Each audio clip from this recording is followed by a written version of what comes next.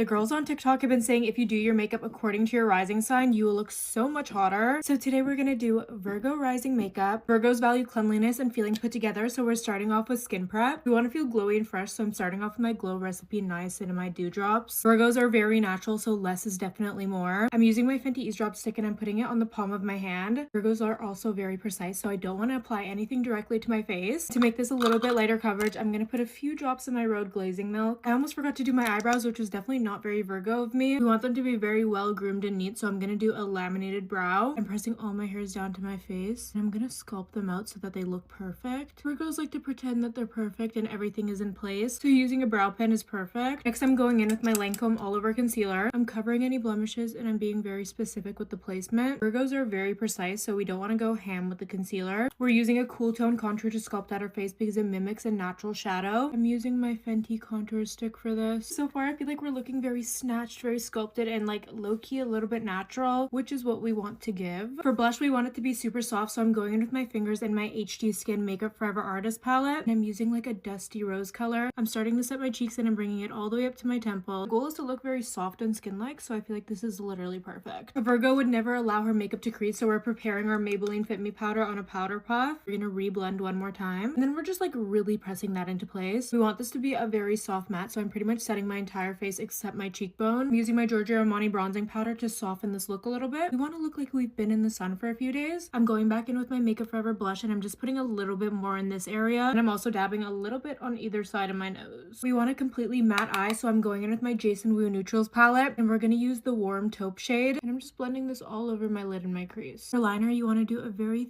thin, precise wing. Rather than adding volume to our lashes, we want them to be long and curled. So I use my Shiseido eyelash curler and I'm going in with my Refine mascara. Once again, we want to be very subtle but elevated. So obviously we're using a nude cool tone lip. Do not overline too much. It should give your lips but better, and Virgos never want to do too much, so we're only going to use this one lip liner. Virgos would absolutely hate the feeling of their hair getting stuck in lip gloss. And last but not least, we want to melt everything together, so we're going in with the Milani Make It Last Dewy Setting Spray. Okay, this is the completed Virgo rising makeup. To be honest, I kind of feel like this suits me better than any other makeup look has. I feel like it's definitely giving Virgo because I'm like acting like I don't want to be the center of attention,